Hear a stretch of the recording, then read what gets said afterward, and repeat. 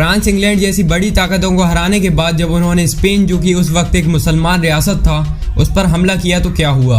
जब वाइकिंग्स के दफन शुदा कपड़ों पर रिसर्च करी जा रही थी तो उनके कपड़ों पर अली और अल्लाह के नाम लिखे हुए मिले।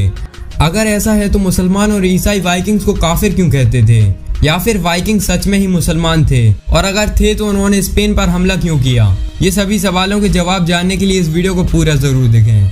वाइकिंग्स कैंटेरिया के समुद्री लुटेरे थे, वो कैंटेरिया जो आज डेनमार्क, स्वीडन और नॉर्वे में बढ़ चुका है। इन लोगों के अपने ख्याली खुदा थे जिनकी ये परस्तिश किया करते थे, इसलिए मुसलमान और ईसाई इन्हें काफिर और आतिश परस्त कहते थे। ये लोग खेती बाड़ी और समुद्र से मछलियां पकड़कर अपना गुजारा करते। वाइकिंग्स का दौर 793 ईस्वी से लेकर 1100 ईस्वी तक का था। इस दौरान उन्होंने छोटी मोटी डकैतियों से शुरुआत की और फिर बड़ी बड़ी ताकतों को हार मानने पर मजबूर कर दिया, जिनमें रस्क, फ्रैंकी और इंग्लैंड जैसी बड़ी ताकतें शामिल हैं।